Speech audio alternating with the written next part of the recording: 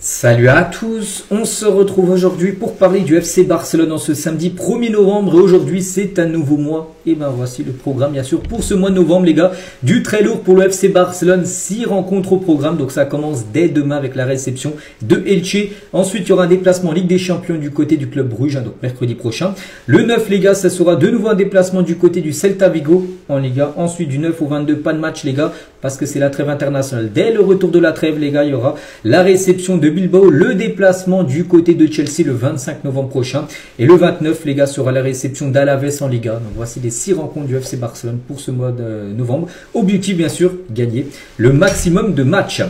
Avant de penser bien sûr au Celta ou à Chelsea, il y a bien évidemment le match de demain plutôt contre Elche. Bien sûr, c'est demain 18h30 le coup d'envoi et on va en parler bien sûr aujourd'hui. On en reparlera aussi demain. Et tout d'abord, Eder Sarabia, coach de Elche sur Hansi Flick. Il a dit son arrivée en Liga était positive, il est courageux, énergique et un vrai professionnel. Ça sera un honneur de le saluer demain, bien sûr avant le match, bien évidemment entre les deux coachs. Et contre Elche, nous affronterons voilà donc Eder Sarabia, donc ancien joueur, je crois du côté du FC Barcelone, Nunez, Hector Ford et Naki Pena, d'anciens joueurs du FC Barcelone. Bon, Alvaro Nunez, je me souviens plus trop de ce joueur-là, mais Hector Ford, bien sûr, il joue au Barça saison dernière et Naki Pena aussi. Donc voilà, des retrouvailles bien sûr pour certains anciens joueurs du Barça lors de ce match demain. Toujours sur cette rencontre les gars, on continue maintenant avec les photos de l'entraînement du jour bien sûr pour préparer cette réception de Elche. Tout d'abord, le travail ne s'arrête jamais pour Hansi Flick bien sûr lors du dernier entraînement. Donc le Barça est de retour demain, on peut voir bien sûr Szczęsny, Robert Lewandowski, Frenkie de Jong, Lamine Yamal. Et tiens, en parlant de Lamine Yamal, il fait la une aujourd'hui du journal Mundo Deportivo, le désir de Lamine Yamal. Voilà, puis surtout, plutôt une bonne nouvelle parce que Lamine Yamal, les gars, ça se passe plutôt bien. Sa pubalgie, on sait qu'il était blessé, il a un problème au pubis depuis longtemps. Ça y est les gars, il a plus rien. Enfin, c'est lui qui l'a dit. Mundo Deportivo dit voilà, que Lamine Yamal a confirmé au club qu'il ne ressentait plus aucune douleur. Il est plus blessé, ce qui l'a empêché de donner le meilleur de lui-même lors du Classico. On sait que lors du Classico, il n'était pas à 100%. Souvent, il s'arrêtait pour s'étirer voilà, de sa pubalgie. Ça le gênait. Donc là, ce qui paraît, il a dit au club, en gros, ça y est, j'ai plus rien, 100%. Donc, ça, c'est une bonne nouvelle. On verra demain ce que ça va donner, bien sûr. Lamine Yamal.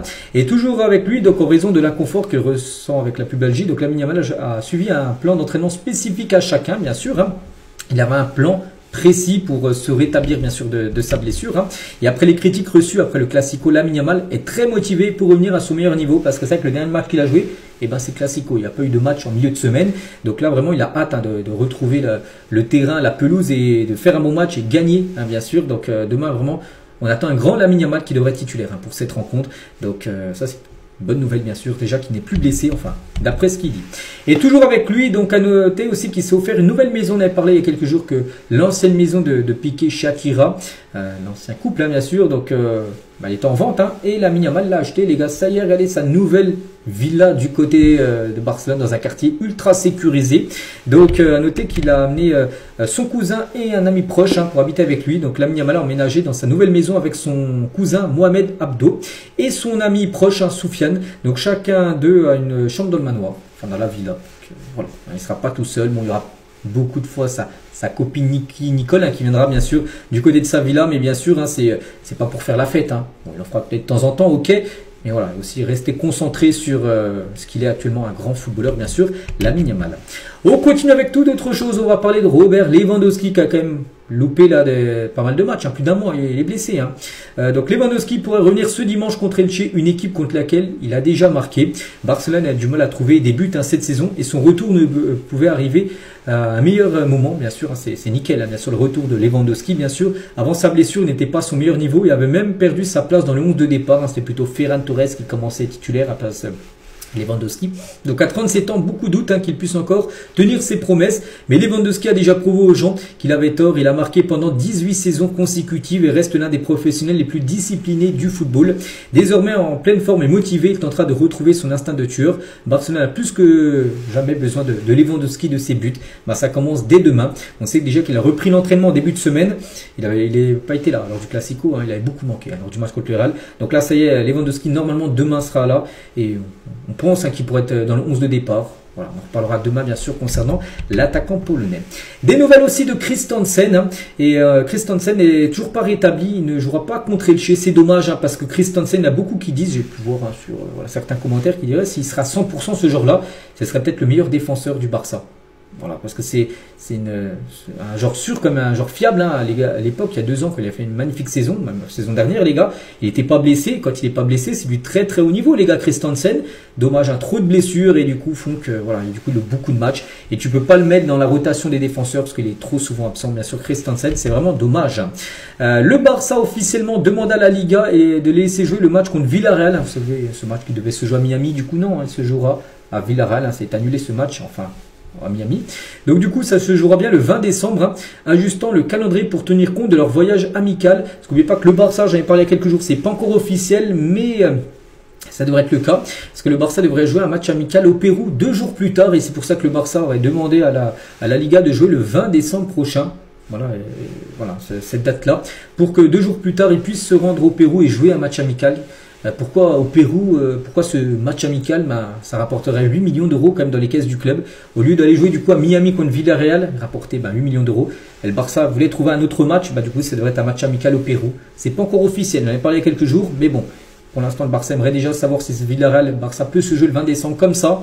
Ils pourront officialiser bien sûr la tenue de ce match au Pérou 2 jours plus tard, bien sûr, ce sera le dernier match de l'année, bien sûr, 2025.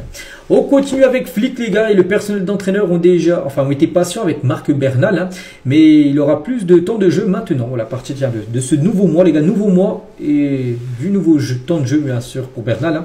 La crise des blessures a forcé Barcelone, c'est l'heure de Marc Bernal avec les milieux de terrain blessés, surtout celle de Pedri, blessé jusqu'à mi-décembre.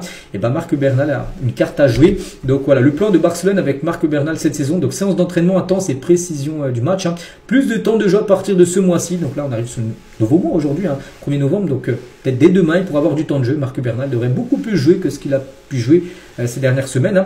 Il y a un rôle important au sein de l'équipe à partir peut-être de janvier. Parce que là, s'il joue beaucoup, s'il ne se blesse pas pendant 2 mois, donc là, il va retrouver son meilleur niveau. Et à partir de janvier, là, vraiment, il pourra vraiment rentrer dans la rotation des milieux de terrain, bien sûr, à chaque match. Donc voilà le plan avec le jeune Marc Bernal. On continue avec une info du journal AS. Donc un certain nombre de joueurs de Barcelone font des séances de fitness supplémentaires en dehors du club, frustrés par l'entraînement musculaire limité dans le programme de Hansi Flick. Voilà, on apprend ça aujourd'hui, que le programme de Flick de musculation n'est pas assez intense. En gros, ils font peut-être pas assez de musculation. Il y en a en gros qui font des séances en plus. Il y a déjà les séances faites par l'entraîneur, faites par le club. Il y en a qui font ça en plus dans leur temps libre. En gros, des séances de musculation parce qu'ils trouvent que c'est pas assez, c'est trop léger, les séances de musculation en gros de Hansi Flick. Voilà. Bon, après, si les joueurs veulent s'entraîner plus, ils ont totalement le droit, bien évidemment. On continue avec Marcus Rashford. Et le Barça est ravi de Marcus Rashford jusqu'à présent. Et ses frais de transfert, bien sûr, de 35 millions d'euros. Il est prêté avec une option d'achat à 35 millions d'euros.